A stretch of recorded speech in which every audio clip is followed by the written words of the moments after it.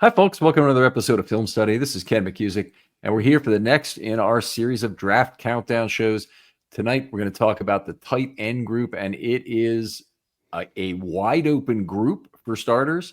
A lot of interest, I think, in terms of what the Ravens may do on draft day surrounds what they might do at tight end. And here to join me to talk about that is Alec Pulianas. Alec, how are you doing? Doing well, Ken. Always excited to talk about the tight ends with you. I think I've been doing it now for like 3 or 4 years. I was looking back at my notes. Done it a couple times. Got to mix that up some. Yeah, I think Ostrikers had the safeties a couple of years in a row at least, and I like it though. It's my favorite. yeah, well, Everyone that's jokes okay. that I like scouting tight ends too much. So All right, all right. Well, it is a lot of fun, and the Ravens situation I think is front and center in this draft. The Ravens situation specifically at tight end. If we're looking at what happened, there's talk of all offseason about Mark Andrews, starting with the disappointment and the reaction to what had happened in Buffalo, and then all during the offseason with comments made by DaCosta and Harbaugh. Originally, it almost sounded like a eulogy or a goodbye to him.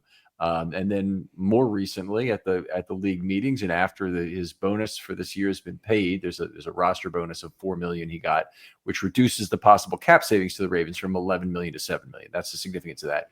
After that was paid, basically Harbaugh has been saying, Mark, very excited to have Mark Andrews this year, blah blah blah blah blah, and acting as if everything is business as usual going forward. All three of the Ravens' primary tight ends, and I'm not including Patrick Ricard even in there, although he's part of the logjam, no doubt about it. But all three of their primary tight ends are in the last year of their contract. Tell me some reasons why that's a good thing, or tell me all the reasons why it's a bad thing. I mean, I think it's mostly just a bad thing. Somebody needs to be kept. You could even argue maybe two people need to be kept. But I feel like something has to give. I would be really sad if we went into this season with all three of them on the final year of their contract with no extension given to somebody. And I mean, I can't imagine a world where the whole room turns over in 1 year. And therefore, I imagine somebody's going to get a contract. And I'm just curious how the sequencing will be done. Right. That's how I feel about it too. Is it possible if you had to look at the possibilities of just using Andrews and Likely for starters, because I think they're the two most important. They're clearly the two most important in terms of the money involved. If you were to assign a probability of 2, 1, or 0 still being with the Ravens in 2026, what percentage would you give to each of those outcomes? Two, both being there, one exactly being there, and neither of them being there. Probably 2 would be 10%, 1 would be 80%, and then 0 would be 10%. Okay, I'm right there with you. 10, 85, and 5. I said for Yeah. 2, 1, and 0. I don't think it's completely impossible. They couldn't basically work through Lamar to get them both signed somehow. Getting Lamar an extension is going to clear up a lot of room, and maybe that Lamar feels like, okay, the time's right for an extension. Then it's going to happen anyway. May as well to be to save my two tight ends. Last time around is the big prize that Lamar got out of it personally was Odell Beckham for 1 year. So I think it's reasonable that it might be coupled up with something like that they get an extension for both players. I'm not sure it really makes a lot of sense for the Ravens by any other means. I think the most likely or the healthiest way that the Ravens can handle this is extend one, play with one, and trade one. And the reason I really favor trading one and why this keeps coming up, and it's like, something I'm not going to let go of, is that the Ravens really cannot draft a tight end as they're standing now. They don't have a roster spot literally to give to a tight end. Right. Yeah, they don't. And I think all are tradable, with Likely being the least interesting to trade because I just really want to keep him around. But I could see a scenario where, there's a tight end we covet in the 5th round. Somebody isn't too giddy to draft in the 5th round. We give him Kohler in a 6, and we get that pick. I think it's an overpay. I think Kohler's better than that.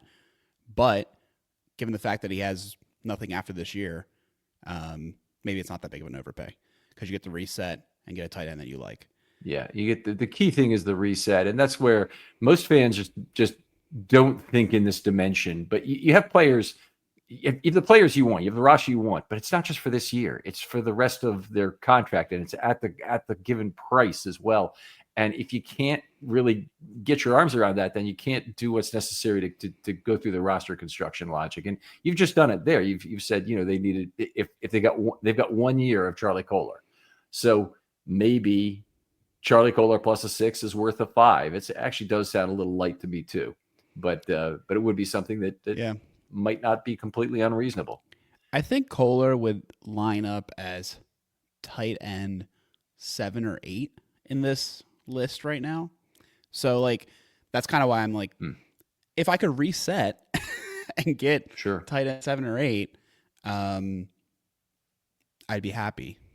I'm looking at the guys who are 6, 7, 8, 9 on the list, 10. I think I'd pretty much take the rest of the first 4 years of their contract over the last year of Kolar's contract, no question about it. In terms of that, so we'll get to those guys. A trade is still possible on draft day. I think we'd agree. You just mentioned one possibility. It might not be the trade you want, and there's things going on behind the scene. It doesn't matter what I suggest. It literally does not matter to the Baltimore Ravens. They don't give a crap. But it does matter what the current contract situation, the current contract negotiations are with Isaiah Likely in terms of a potential extension. And if Likely and his agent are so far off from the Ravens that they can't see a way to make a deal, then Likely might be the one who gets traded. Similarly, they probably have discussions going on with Andrews about an extension. And it may be a contingent extension that says, hey, sign us, tell us right now what it would take to get you for another 3 years, say. And the Ravens will and he may agree on a number, and then the agreement will be after the draft they'll sign that contract if nothing else changes, kind of thing. Of course, once you have the draft, something has kind of already changed, whether they draft a tight end or even if they don't. But the paralysis at tight end is probably the Ravens' most significant draft weakness that I can see. They don't have a tremendous position of need like most other teams do, that they need one position. The Ravens have a very balanced set of needs. They got the left tackle situation figured out, but they still need backup tackles. They need interior linemen. They need a second inside linebacker. They need cornerbacks who are younger. They certainly need safeties. They probably will always want to have a developmental wide receiver coming through the system. I think they'll have one there. It's very balanced possible draft open for the Ravens. So some very open for BPA value picks. Mm-hmm. But this to me, the logjam at tight end is just an enormous weakness. You're right. I just ran through all the position groups in my head, and there's fungibility at the end of the roster for every single one of them except for tight end. Right now, tight end. Maybe quarterback too. Yeah, for sure. Yeah. I don't imagine them carrying 3 on the active roster because of the new practice squad rule for the call up. So I would definitely feel like whatever quarterback they would draft, they would hope to hide on the practice squad, similar to Leary. But yeah, I think that they have the option to draft everything except for tight end, like you said. All right.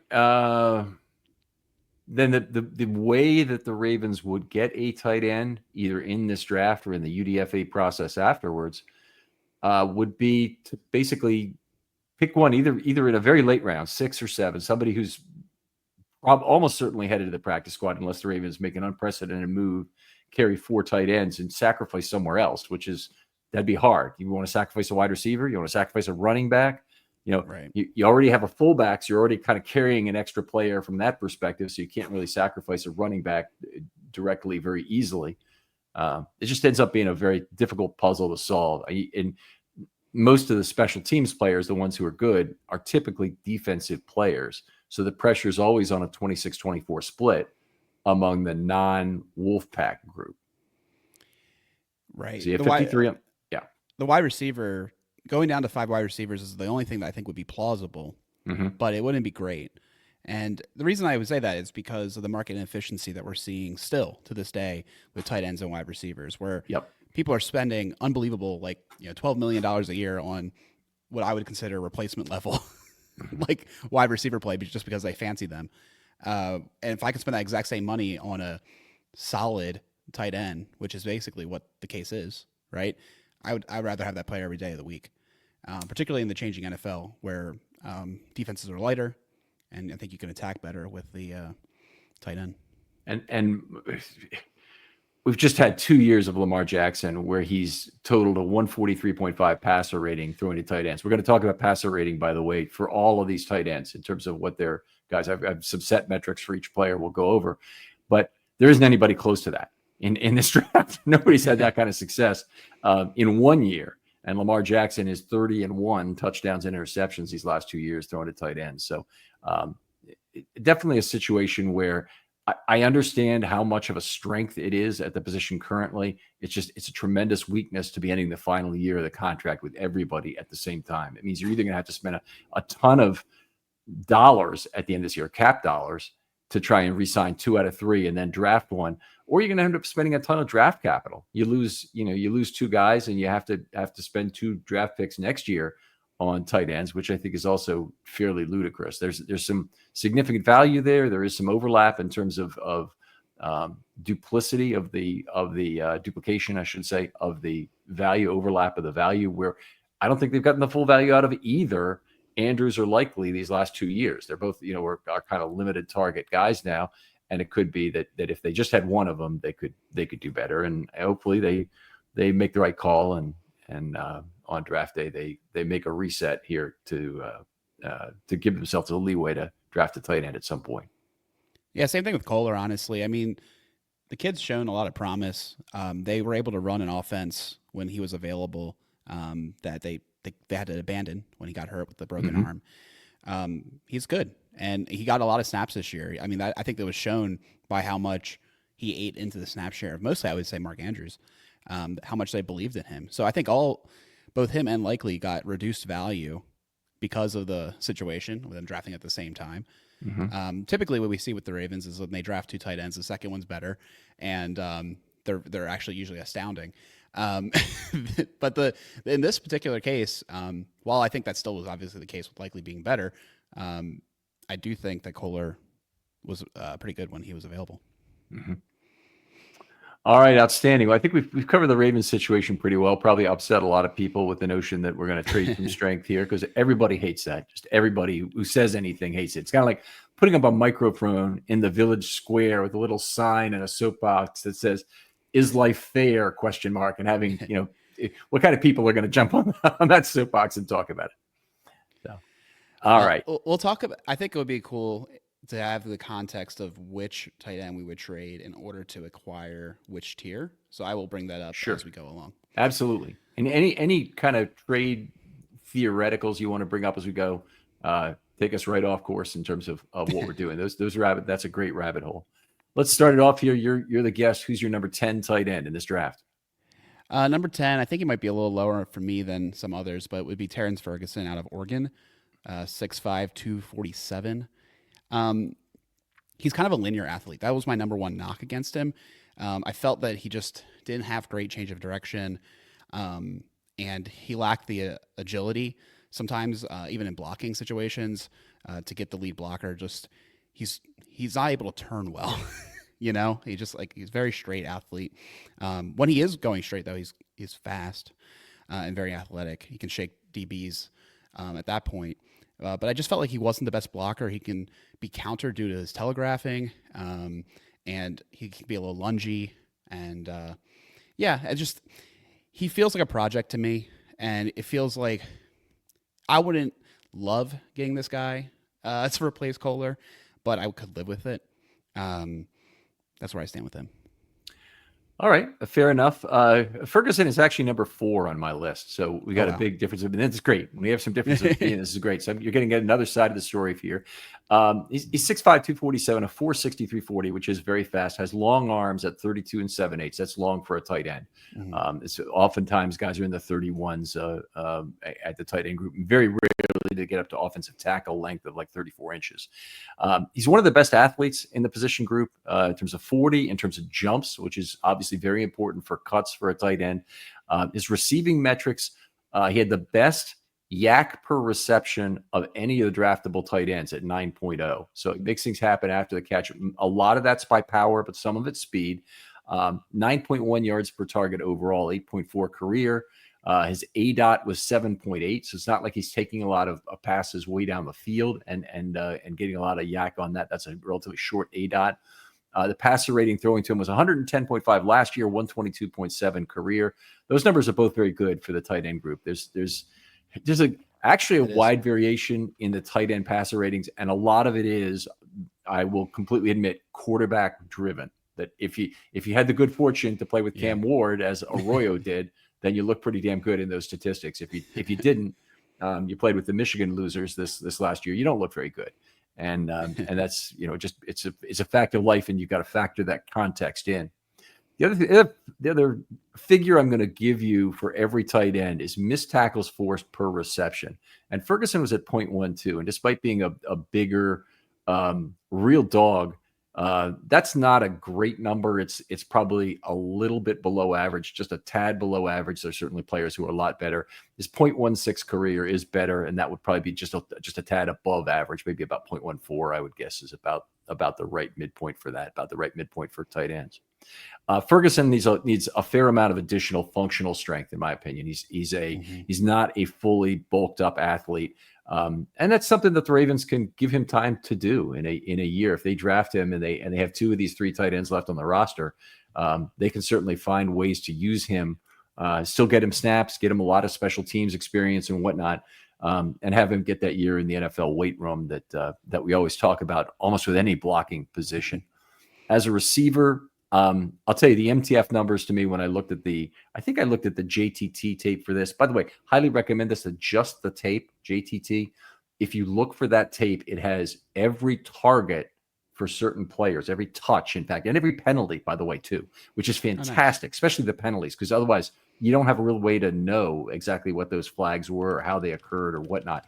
But I highly recommend it. And you get to look at about 10 or 15 of them maybe, and then you have to start paying a $2.50 monthly charge, but it's well worth it.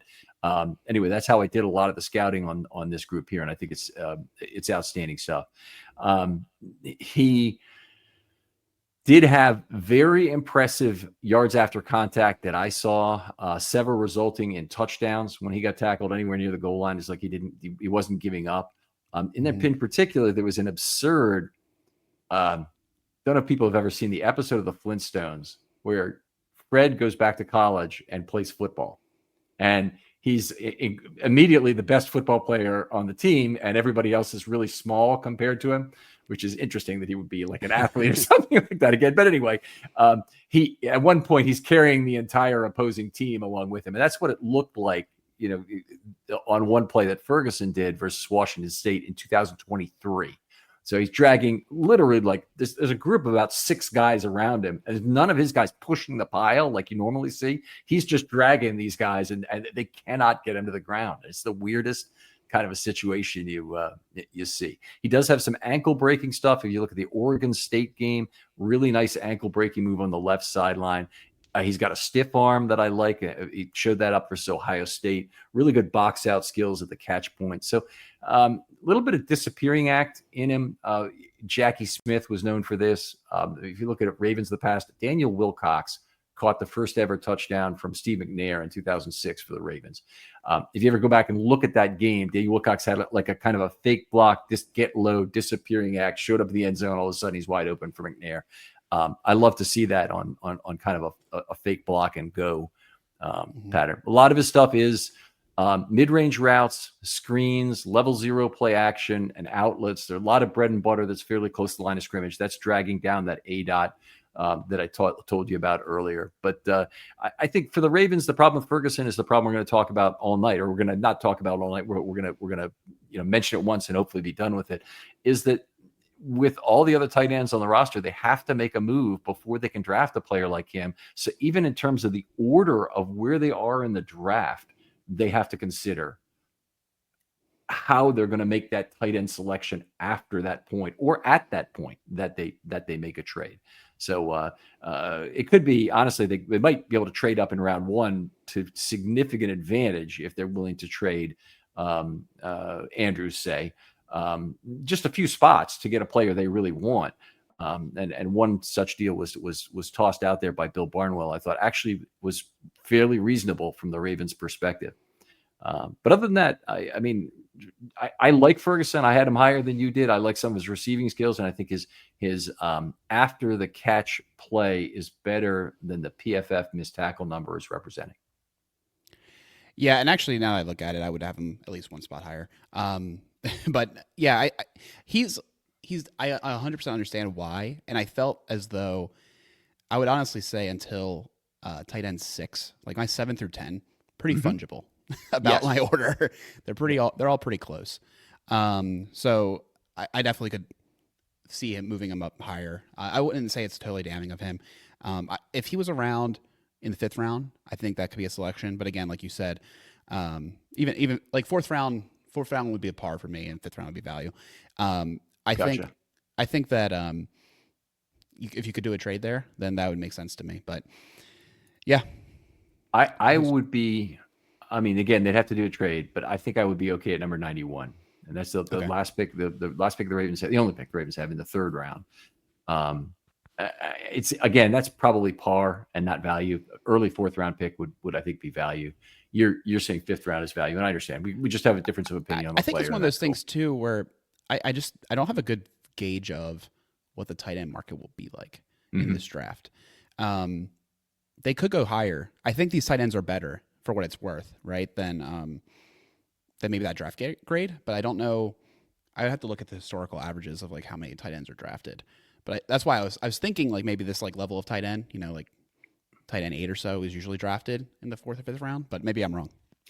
One of the things I think is true, and maybe this is kind of what you're alluding to here, is that there's a very, I think, unlike most years, certainly unlike last year, there's a very gradual grade off of tight end talent, such that, and you mentioned in talking about all your guys from 7 to 10, and maybe even you might go to 14 with that, are all pretty similar. I think there are a lot of teams this year looking at this tight end class and say, there's going to be some UDFA tight ends that I'm going to be perfectly willing to have. And they're going to be some of the guys towards the bottom of the 18 guys I looked at. I think they'll be guys that other teams are excited to get as a UDFA, maybe as a 7. And I would be interested to hear that, though, how many tight ends were drafted last year. Maybe there's a way to go into that and sort by position within. The Wikipedia is really good usually. I'll do it. Okay. All right. But go ahead. Who's your number 10? I'm curious. Yeah, my number 10 guy is Jackson Hawes. So let me get down on my notes on him here. Yeah, you got him in there somewhere, I'm sure. Oh, yeah, I definitely do. Georgia Tech, wears number 85 if you're looking at the tape. I'm 6'4", 253. Not a fast guy, 4'80", 240, 32 1/8 inch arms. I don't have an age on him, but he played 3 years at Yale.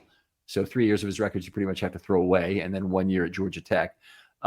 His jumps are a plus, but all his other combine testing is well below average. So explosive coming out of his stance, but otherwise has issues. In terms of receiving metrics, his ADOT was the lowest of any of the draftable tight ends at 4.3 this last year. Otherwise, he had a very good yards per target overall at 9.8. So that'll tell you he needs to get some yak, and he did at 8.2 yak per play. The passer rating throwing to him was 107.3, 103.2 career. That's just fine. And his missed tackles force were a plus, 0.19 this last year. So that means he has 19 missed tackles forced per 100 receptions. Okay, that's the way to think about 0.19 and 0.20 career. He's one of the best blocking tight ends in this class. He's one of the only guys that really combines the ability to have inline play and block well, pass or run, versus the ability, along with the ability to line up targets well in level 2 and 3. And that's something we've seen well from Isaiah Likely last year in particular. I'm just talking about him always getting into level 2, getting a chance against a safety or a corner in particular, sometimes a linebacker, and forklifting the guy. It's like an unfair disadvantage. Likely keeps his feet exceptionally well. He moves the guy completely off the spot.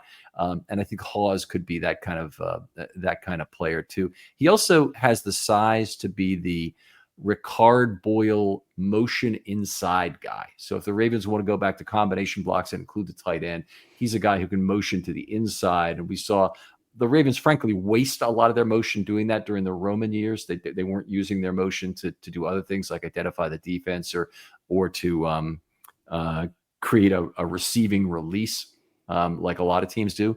But it is another option, and you can certainly do either. What else to say about this?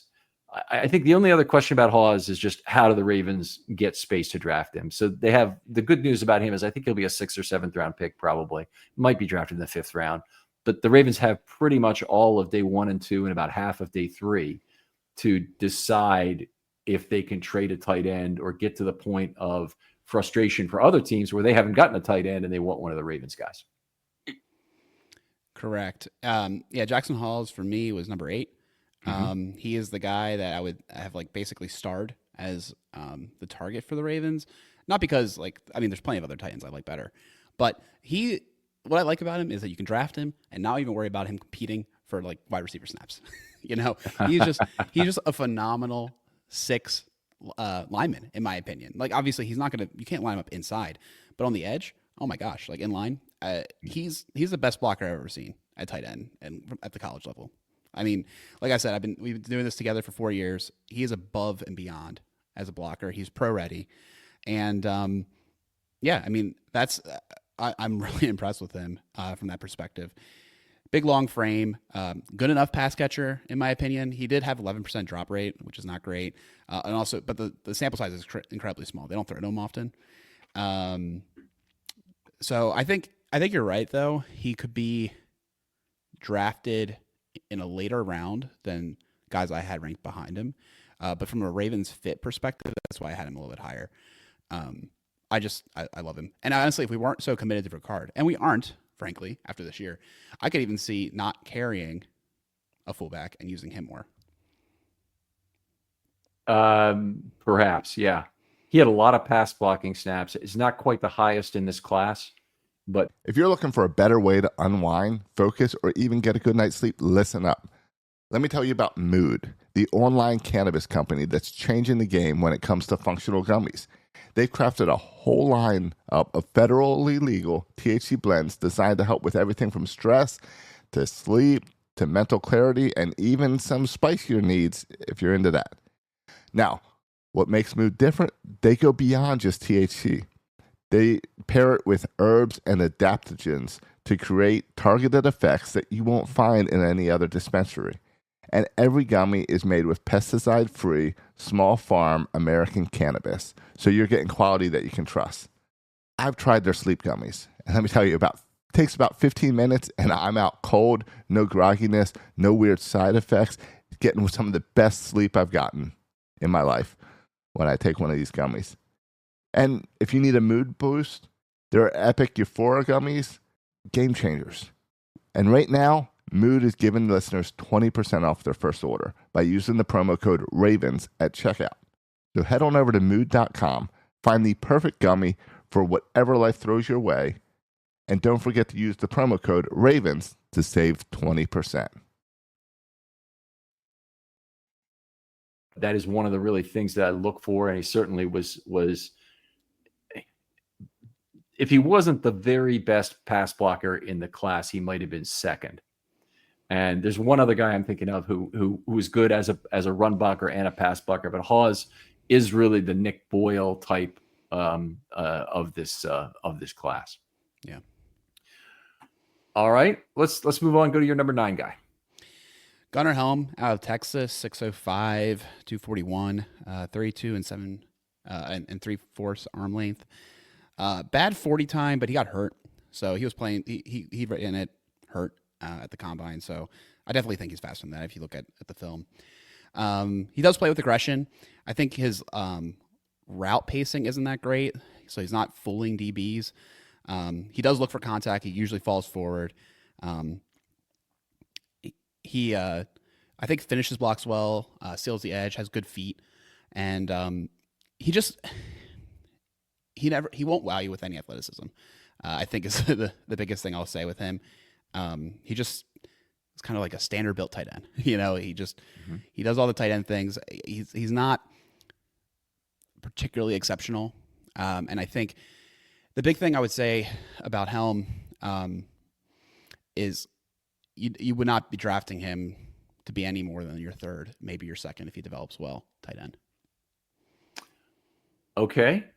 Helm is one of the most difficult guys for me to place in my order from top to bottom. Definitely one of the most difficult. Where did I end up with him anyway? It's probably the place to start here. Yeah, I have him at number 6 overall. I almost felt like I went too low there. And I'll give you his pluses, and then there's a lot of minuses that show up on tape. So first of all, he's a kind of a subpar athlete in terms of testing, so we get that out of there. The biggest plus, his passer rating throwing to him is 137.8 this last year, 134.3 career. Does not allow a lot of opposing interceptions. And there are tight ends with big problems with that in this draft. So 137.8 is almost what Lamar Jackson has been throwing his tight ends the last 2 years. So he's had pretty good quarterbacks in the combination of viewers, and this year Manning with Texas, who have been throwing him the football. So that's certainly helped. But he's also got a tremendous catch radius himself, which I think has helped knock down some balls. He can reach back for the ball and catch it one-handed. So that's a much bigger effective catch radius than a lot of other tight ends have. And that's one of the things that really shows up on tape. 10.8 yards per target overall. That's also his career number. Forces a lot of missed tackles, 0.20 per play. So that was one of the higher ones. He's probably 3rd or 4th in this tight end group. Not quite the highest, but certainly not the above average.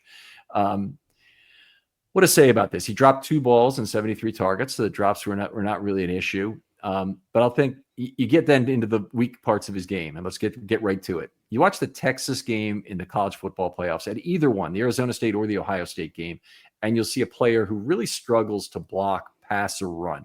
And it's just there's a balance issue. There's a standing up too straight issue. There's so many things that kind of clearly indicate, for some other things I'm going to get to, that he never really learned how to do it or didn't think it was his responsibility. And it could be either of these things based on the rest of the things I'm going to tell you. Okay, in terms of penalties, he racked up 7 penalties on the year. 3 of them were holding calls. Mississippi State, that was a corner, a defensive end versus Oklahoma, defensive end versus Vandy. He had an IDP versus Kentucky, which is a formation issue. And I couldn't really tell if it was his mistake or another guy on the line of scrimmage that covered him, made him ineligible, and then he moved downfield. But probably was not his problem. Nonetheless, that's 4 fouls that were serious, declinable fouls that really influence your offense and the probability of stalling drives. Some of the other things I noticed from his film, he had a very solid U-turn move for Yak that I thought was good. So that's when you're coming back to the quarterback, you make the guy miss who's chasing you in that direction, you U-turn and you beat him. And if there's not a lot of other traffic in the area, it usually results in some significant additional Yak. The receivers that I associate that with normally are faster receivers like Marquise Brown or Zay Flowers. Both have good U-turn moves. Those are guys who I normally associate that with, and not a big tight end like this. But he did a good job with it. Frequently hurdles. That's a positive college impact. I think it could be a big NFL risk, both for turnovers and for injury risk. I'm not a fan of the hurdle in general. He's tried the stiff arm, and he has really limited impact with it. And I think I know what the problem is. And this might be fixable once he gets playing with Derrick Henry, if that ever happens.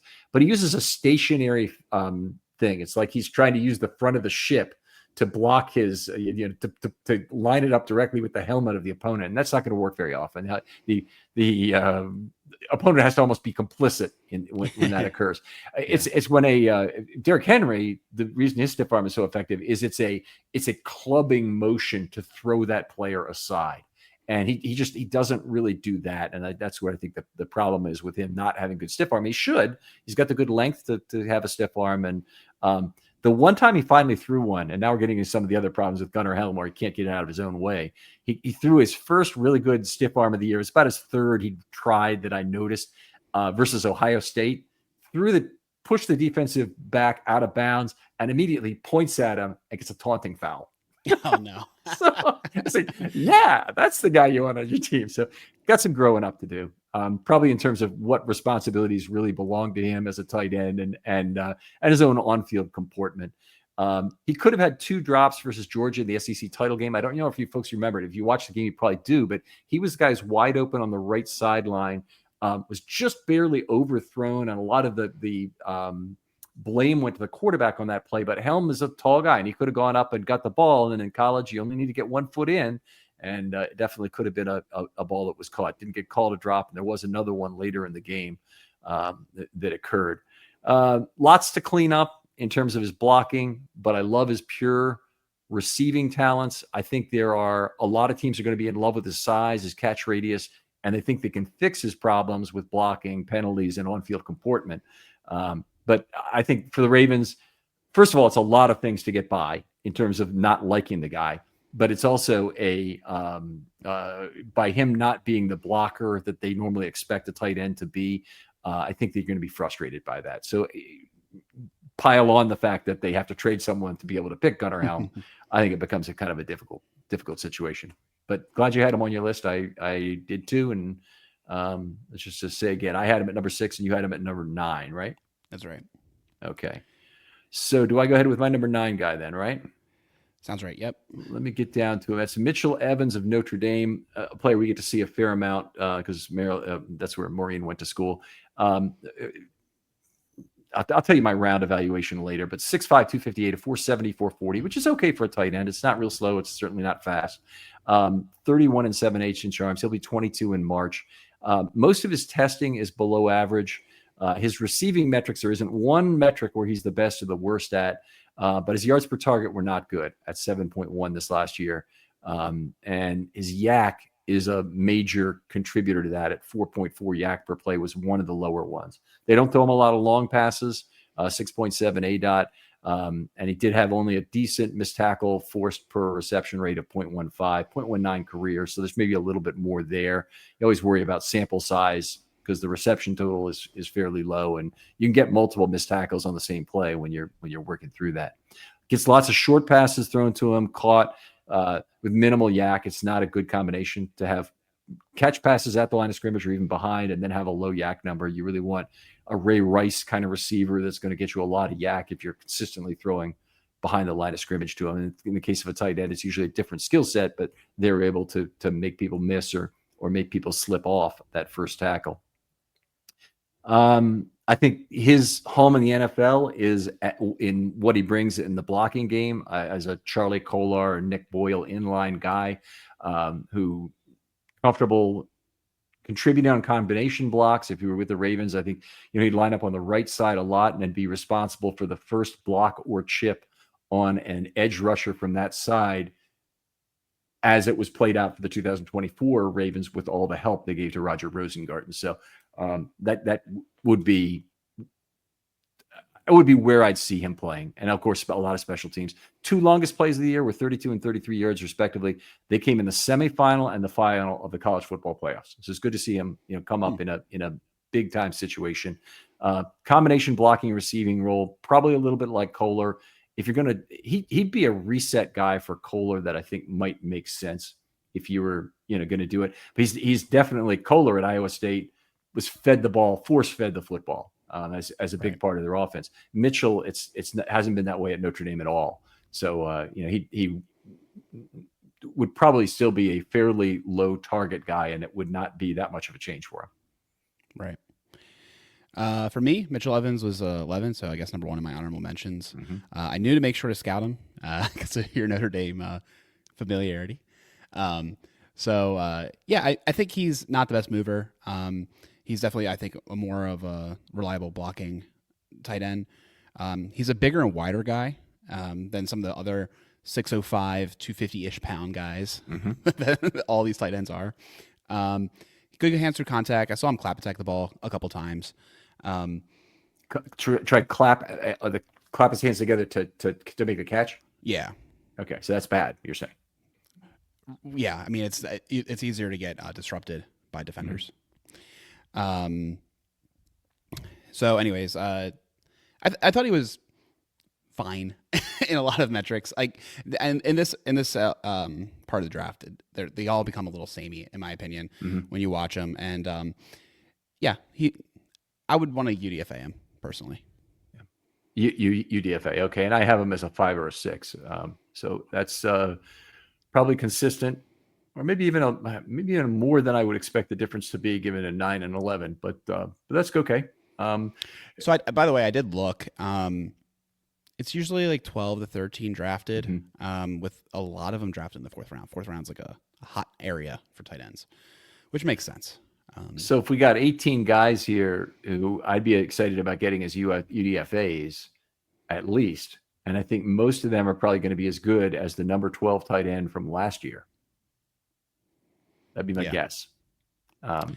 Then we'd have to, I think this is a year where it'd be nice if the Ravens could have the ability to draft a tight end. But then it may also restrict the value that they can get for whoever they would trade from the tight end room. Is that, hey, you want us to give you a lot of value when there's all these tight ends available in this draft? Why should we do that? Yeah, I did. I did say when I was evaluating these guys, Bowers last year would have been number 1, and then I think you would have had 1 through 6 before you hit Sinnott. But maybe he shuffles in the back end of those 6, just to give you a context of how much better this class is than last year's. Yeah. All right. We're up to your number 8 guy, I think, unless you already had somebody. That was Jackson Hawes. Jackson Hawes. Okay, so my number 8 guy, Jake Brenningstool of Clemson. Looks like Briningstool, probably should be, but Brenningstool is how he pronounces it. 6'6", 241, 475, 31.5-inch arms is nothing special. 23 in December. He's a little bit on the older side. He's got no standout testing, really short vertical leap. I would call him a somewhat awkward big man, but what I saw on tape as a receiver was a lot more impressive than his athleticism. And so he's one of those guys who really stands out there. His receiving metrics, he doesn't have anything that's a real standout. His yards per target are low at 7.3. His yak per reception of 5.0 is a little low. His ADOT is a little low, but the passer rating throwing to him is 114.6. And you can kind of see some of that. Does not force a lot of missed tackles, 0.12 missed tackles per play. So that's a little bit below average, as we mentioned, I think, earlier. He has one thing that Clemson had to do things to get him open. So they ran a lot of stacked and bunch formation. It's true of all tight ends. It's not like this is a knock on Brenningstool, but there are a fair amount of play action plays where he made really good use of space in the seam and befuddlement of linebackers between level 2 and level 3, taking missteps. So the Clemson play action looked pretty good from that perspective in terms of getting him free. Stacked formations, though, definitely. If you saw, what Clemson was doing with him there, it was often a 2x2 stack that they would run, and that's a play where you can really see Mahomes throwing a ball like that to Kelsey and just figuring out how to where the space is going to be soft for him to catch the football there. Some good disappearing skills near the line of scrimmage. I talked about them earlier in terms of what I mean by that. Lots of slants and short outs. And those really hold down both his ADOT and his yak. It's really hard to get turned upfield on a out route. If you got space, you can do it, and you make the first guy miss. You can certainly get a significant amount of yak, but it definitely holds down your average yak you get on that play. Is nothing like catching a seam route and the potential for big plays. In the Wake game, there were 2 real standout plays that I liked. He had a screen pass where Wake had it diagnosed and still allowed him 10 yards somehow. And it's a play worth going back and looking at, because it's like, how the hell did he get 10 yards out of that? There's the players all around him. There's all this traffic, and he not only negotiates it and takes some steps that make people miss on him, he also runs through tackles on the play. And it's a great combo MTF play. And he also had a double pass where he got behind the defense for a TD. And that's another example of the scheming they did to get him space. So not a natural athlete who's going to separate a ton as a tight end. Has some box out ability, but that's about it. Think he's mostly a dragger in terms of the Yakko. That might be why his MTF total is a little low. It looks like his yards after contact number might be better, and I didn't have that. But the MTF number specifically might be held down for the fact that he's dragged some tacklers. It reminds me a little bit of Travis Vokalek in some ways. Decent hands, disappointing ability after the catch. He does not bring as much as a run blocker as his size, length, and feet would tell you. He really should be better there. So he's not really a great inline guy, and he did, for the most part, he was lining up on the outside. So, and another guy, they could pick him up late. If they picked him up in round 6 or round 7, they're immediately exposing him to a likely cut at the end of the camp, unless they would make a trade then and decide that he's their guy at tight end. But he would be another guy who would provide you insurance just in case someone would get hurt in camp. Yeah, and that is a decent consideration to make. Yeah. Is that having insurance would be good. I mean, we do have Kadir, who might be a possibility there on the practice squad. The Ravens, I felt like, pissed away a lot of their picks last year at the back half of the draft, picking a bunch of guys to plug in holes rather than maybe best player available. They could have just UDFA'd to plug those holes. So, maybe they will draft a tight end at the end of their 11 picks and say, he's an insurance policy, and we'll try to hide him on the practice squad otherwise. For me, Brenningstool was number 7, so very comparable. High motor, definitely always wanted to finish a play. Big slot guy, very difficult evaluation when it came to blocking just because of how they played him. More as a wide receiver, frankly, than a tight end. Can lose the ball. Had some concentration drops, but otherwise flashed good hands, in my opinion. Had a couple, really impressive catches. He has enough twitch to make defenders miss after the catch, in my opinion, but he doesn't have enough. It takes him too long to get the speed to really beat much more than a linebacker. I think safeties will be able to be on him quite well. For me, yeah, he's right at that tier break for me, so that I wouldn't be too thrilled about drafting him too high if we haven't already traded somebody, right? So that's where I would land with him. You're muted, Ken. Ken, you're muted. Sorry. Brenningstool only had 70 career pass blocking snaps. So That first of all, makes it tells you two things. So number one, Clemson really wanted him to be part of the offense and go out down the field, and he's split in the formation and whatnot. If he doesn't line up in line, the option to be a pass blocker is it's not likely. You'd have to go in motion or something like that to make that a possibility. But the other part of this is kind of like evaluating Sam linebackers coming out of school. Is they're always good pass rushers who are among the best athletes and the players that their teams depend on. So they need them as pass rushers. They don't want them dropping into coverage. And you have to pick out those traits that you think are going to lead to guys who will be good pass defenders at the next level. And it's a little bit hard to do. But Brenningstool, he's certainly year in NFL weight room, like we always say, like that cures everything. But some better coaching, frankly, getting his technique in a better place might make him a decent blocker as well. His frame could carry more weight for sure. Yeah. All right. So I think you're up next, right? My number 7 was Jake. So I guess we go to yours. Okay. So yeah, my number 7, you may have this guy higher because I'm sure he's on your list, is Harold Fannin. Now, Fannin is an interesting case because he went to Bowling Green. And so his context is everything. 6'3", 241, 471 in the 40. That's okay. It's not super fast. It's not super slow. 32.25-inch arms. Has outstanding 3-cone and jumps. But he's small for an NFL tight end. He's also very young for an NFL tight end. He won't be 21 until July. So that might be the youngest tight end among the draftables in this group. There are a couple guys I didn't have ages on, but most of them played 4 or 5 years in college. So, they're clearly older than that. Receiving metrics, 10.4 yards per target at Bowling Green. And he had a 1,500-yard season, by the way. He was fed the football consistently. He's by far Bowling Green's most outstanding athlete. And in fact, he was a consensus All-American despite playing in the MAC. So that's very impressive on its own. And he is the first tight end to be his conference's MVP in FBS history. So the FBS hasn't been around forever, but there's a lot of conferences, and he is the very first tight end ever to win his conference MVP. So he had an amazing statistical season from a lot of ways. 10.4 yards per target. His yak per reception was at 7.5, which is very good. ADOT of 7.5, not particularly long.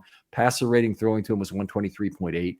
Oftentimes when you have a guy who racks up a ton of targets, they'll have a bunch of marginal targets as the bailout guy that will reduce the value of that. Not really in his case. And his missed tackles forced per reception, and I would expect this to be high given the context, 0.29, which still was not the highest, amazingly, but might have been second highest in the entire tight end group. And that's also his career rate. What else do I have to say about him? He had 8 separate 100-yard games, including 213 against Arkansas State, when he had a ho-hum 22 targets. I believe he caught 17 balls that game. And that was in the 68 Ventures Bowl and a 38-31 loss. By the way, I can't keep the bowls at all straight, but the cooler the name, the more likely I am to remember it. And so one of the guys in one of the other position groups, I don't even remember now, had a big game in the Pop-Tarts Bowl. And I've watched that one before. Cool. Oh, man. He looks small on the field, even versus the MAC players. Now, he looks big relative to MAC players, but then everybody on the MAC team looks like a dwarf almost a lot of the time. They're very few imposing 6'4", 6'5" athletes, and he's short even relative to them. For the Ravens, another player that is certain to be drafted. The Ravens can't have a catch and release on Fannin where they draft him with a 4th round pick or something, and then they have to cut him at the end of camp. It doesn't make any sense. So they'd have to have a plan for drafting him, and it would have to involve getting rid of a player.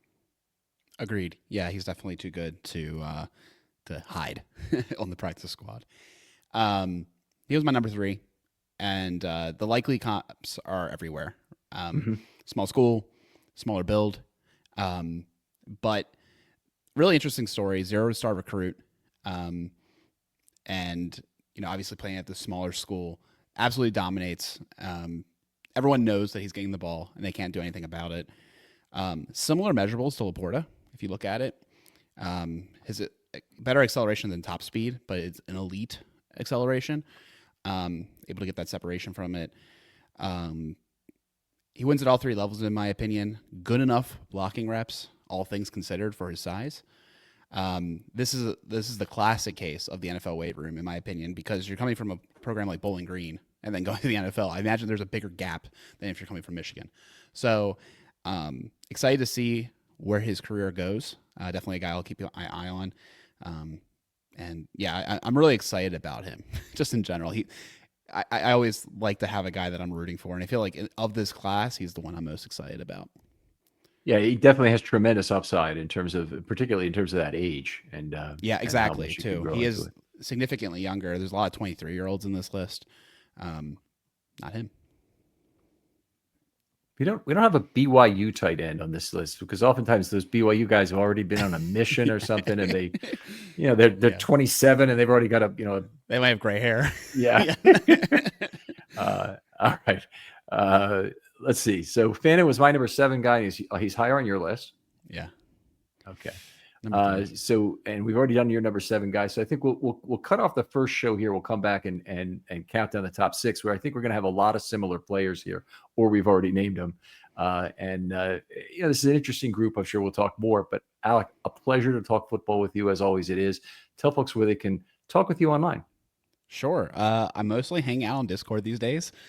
If you want to join the defunct One Winning Pod Discord that still is lively otherwise, you can reach out to me and we can add you. Otherwise, yeah, you can find me online, Alec Pulianas, and yeah, that's about it.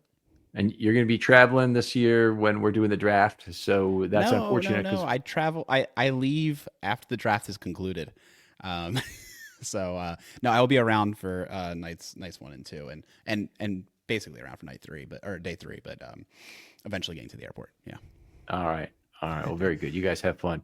Other folks out there wanted to plug coming for the NFL Draft Watch Party. It is one of the really great events of the year. One of the things I really look forward to, engaging directly with people who've supported the pod so well for the whole year.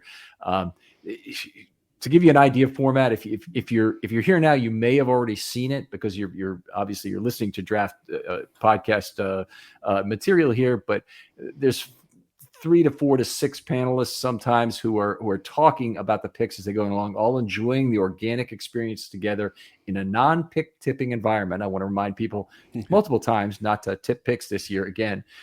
But we watch the same feed in order to make that happen. Then we get to appreciate each other's reaction to this pick as part of the fun. And we also are working on a spreadsheet together where we kind of pick out who the most likely players are and how each pick as they come off the board impacts the Baltimore Ravens and their ability to make a pick. So that's how we do it. It's a very fun way. The draft can be a long wait between picks, but this makes it a lot of fun in terms of the players, and the people who are panelists and as well as the people who are in the stream tend to be extremely knowledgeable about the selection. So really appreciate that, what all of you guys have brought to it. And it's provided some nice content that has some legs to it after the draft that people still like listening to months later sometimes. Anyway, Alec, really appreciate you coming on. Thanks, Ken. And we'll talk to you next time on Film Study.